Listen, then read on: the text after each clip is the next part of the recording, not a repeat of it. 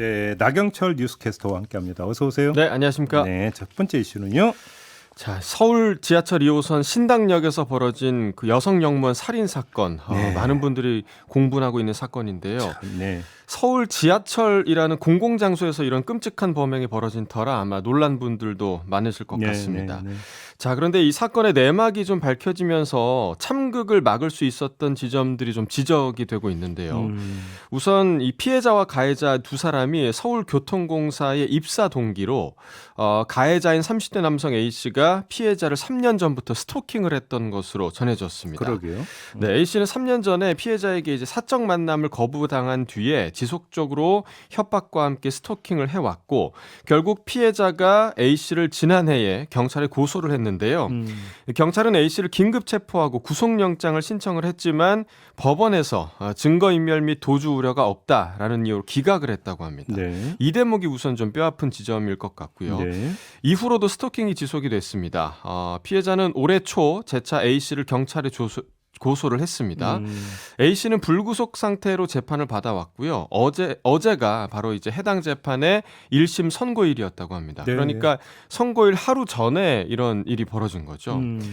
이번 사건을 두고 이렇게 지속적으로 스토킹이 이루어지고 있는 상황에서 이 법원의 영장 기각 기준이 정당했냐 하는 점과 또 영장이 기각이 됐으면 그렇다면 경찰은 뭐 한 거냐 하는 비판이 제기되고 있는데요. 자, 사실 뭐 이런 종류의 사건은 피해자와 가해자를 분리시키는 게 굉장히 중요하잖아요. 그렇죠. 이 부분이 좀 충분히 이루어지지 못한 것으로 보입니다. 그러니까 피해자가 지난해 10월에 처음으로 고소했을 당시에 경찰은 피해자를 신변보호 112 시스템에 등록은 했다고 합니다. 네. 하지만 그 보호 기간이 한 달 만에 끝이 났고요. 스마트워치 지급이나 연계 순찰 등의 조치는 이루어지지 않았습니다. 뭐 어떤 이유에선지는 모르겠지만 경찰은 피해자가 원하지 않아서 추가 조치를 취하지 않았다. 또 이렇게 밝혔습니다. 네. 그렇다고 해도 올해 1월에 다시 한번 고소가 이루어졌잖아요. 적어도 이때는 좀 조치를 취했어야 하는 게 아닌가 싶은 좀 생각이 좀 들더라고요. 경찰 조치도 그렇고 법원 판단에 대해서 좀 한 말씀 드리고 싶은 게 있는데 저는 인신을 구속하는 구속영장이 마구잡이로 발부되는 건 별로 좋은 현상은 아니라고 생각합니다. 네. 그렇기 때문에 인권을 최우선 가치로 두고 있는 법원의 판단에 있어서 가급적이면 불구속을 원칙으로 하는 그 큰 흐름에 대해서는 반대할 이유가 없다고 보는데 네, 근데 그것도 사안에 따라서 좀 다르게 봐야 되는 부분이 있고 맞습니다. 여기서 이제 만나는 접합 지점이 하나 있는데 바로 이런 비슷한 류의 사건에 대해서 법원의 판결을 보면은 자주 나왔던 지적이 성인지 감성이 좀 떨어진다. 법관의 판단에 있어서 네네네. 이런 지적이 계속 나왔잖아요. 사실 이번 같은 경우도 이제 그 차원에서 이해할 수 있는 소지가 저는 있다고 보거든요. 예. 근데 이게 제가 볼 때는 꼭 법원만이 아닌 게 그 전에 그러니까 나중에 좀 약간 바뀐 걸로는 알고 있습니다만 스토킹 범죄에 대해서는 경범죄로 해서 8만 원인가 벌금 내는 걸로 그때 끝나버렸잖아요. 네네네. 과거 법률을 보면. 네네네. 그러니까 법을 만드는 사람들도 스토킹 범죄를 너무 경시했던 측면이 있어요. 맞습니다. 사실 법원도 이번도 이제 마찬가지 판단을 내린 게 아닌가 싶은 생각이 좀 드는데 스토킹을 당해본 사람들은 그걸 그렇죠. 지옥이라고 하더라고요. 맞습니다. 피해자 입장에서 엄청 괴롭죠. 그러니까요. 네. 그런 점에서 법을 만드는 사람들도 그렇고 법을 해석해서 적용을 했던 법원도 그렇고 이 스토킹 범죄에 대해서 너무 가볍게 접근했던 부분들이 있는 게 아닌가. 이걸 좀 한번 좀 다시 한번 좀 성찰을 해야 될 때가 됐다. 네. 이런 말씀을 좀 꼭 드리고 싶습니다. 충분히 생각해 볼 부분인 것 같고요. 이번 사건에 대해서 이제 서울교통공사의 책임을 지적하는 부분도 있는데요. 가해자가 그 지난해 경찰 수사가 시작되면서 직위 해제가 됐는데 내부망에 접속할 수 있는 권한이 그 이후에도 계속 있었던 것으로 보입니다. 그러니까 이 내부망을 통해서 피해자가 어디서 근무하고 있는지 알아채고 이번 범행을 저질렀다고 하더라고요. 그래서 이 부분에 대한 관리도 굉장히 좀 소홀했던 게 아닌가 하는 지적도 있습니다. 곳곳이 구멍이었던 거죠. 맞습니다. 한마디로 정리하면. 네. 알겠습니다. 자, 다음 이슈로 넘어가죠. 네, 아마 뭐 MBC를 비롯해서 여러 방송국들이 모여 있는 이곳, 이 마포구 상암동 주변에 요즘 다니시다 보면 쓰레기 소각장 후보지 선정에 반대하는 현수막 많이들 보실 수 있어요. 보셨죠? 많이 걸려 있어요. 엄청 나무마다 많이 걸려 있더라고요. 자, 이틀 전에 개회한 서울시의회 본회의에서 이 서울시 쓰레기 소각장 후보지 선정과 관련해서 논의가 있었습니다. 그런데 이 자리에서 후보지 선정에 반대하는 마포구 주민들 그리고 일부 시의원들 사이에서 고성이 오갔다고 합니다. 이 회의에서 이제 여야를 불문하고 마포 지역의 시의원들은 후보지 선정 백지화를 촉구하고 나섰는데요.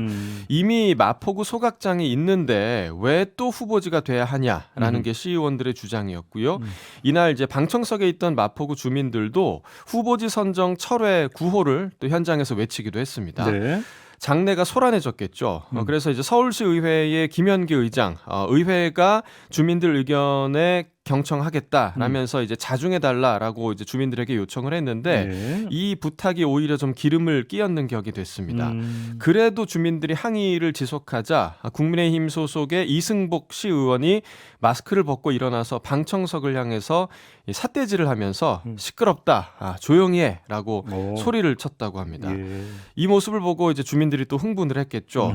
너나 시끄러워라고 맞받았다고 합니다. 네. 사실 뭐 양측 모두 결코 보여줘서는 안 될 그런 모습을 보인 거죠.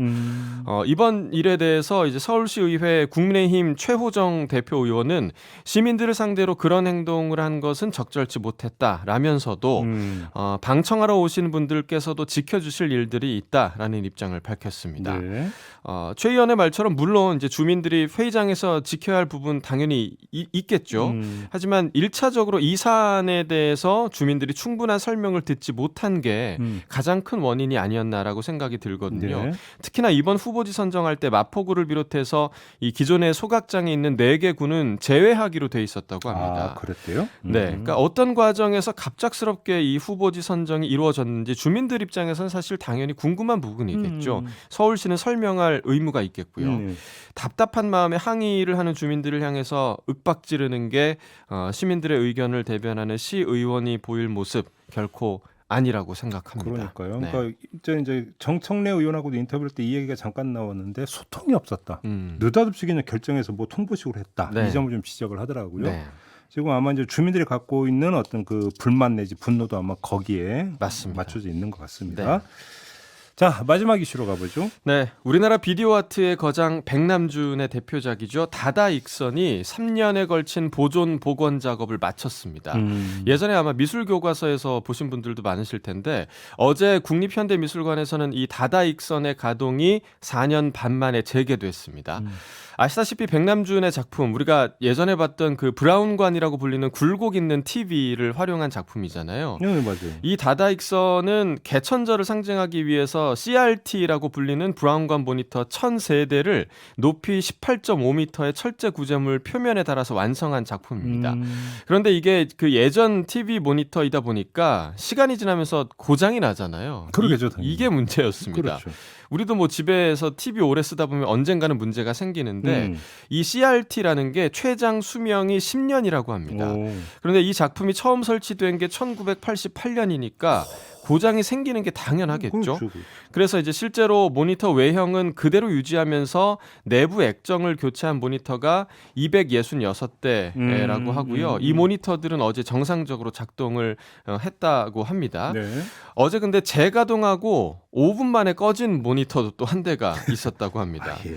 네, 실제로 이게 그 백남준 선생님도 생전에 이 문제에 대해서 인지를 하고 모니터를 이제 우리가 지금 쓰는 그런 납작한 모니터로 바꾸는 부분에 대해서 동의를 했다고 합니다.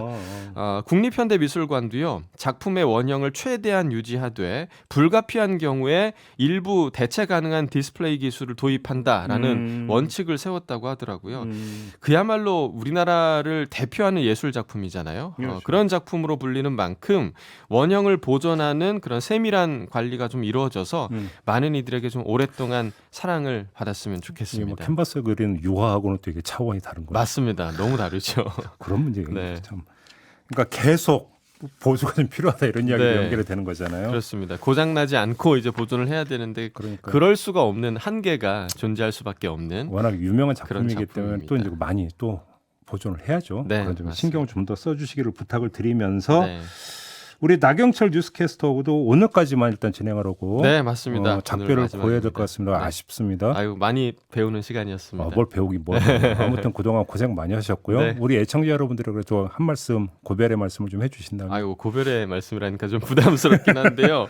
저도 같이 공부하는 시간이어서 저에게도 아주 유익한 시간이었고요. 계속해서 시선 집중에 많은 사랑 보내주시기 바랍니다. 네. 청취해 주셔서 감사합니다. 언제든 다르게 또 뵙기를 기대하면서 인사 나누겠습니다. 그동안 고생하셨어요. 네, 고맙습니다. 나경철 뉴스캐스터와 함께했습니다.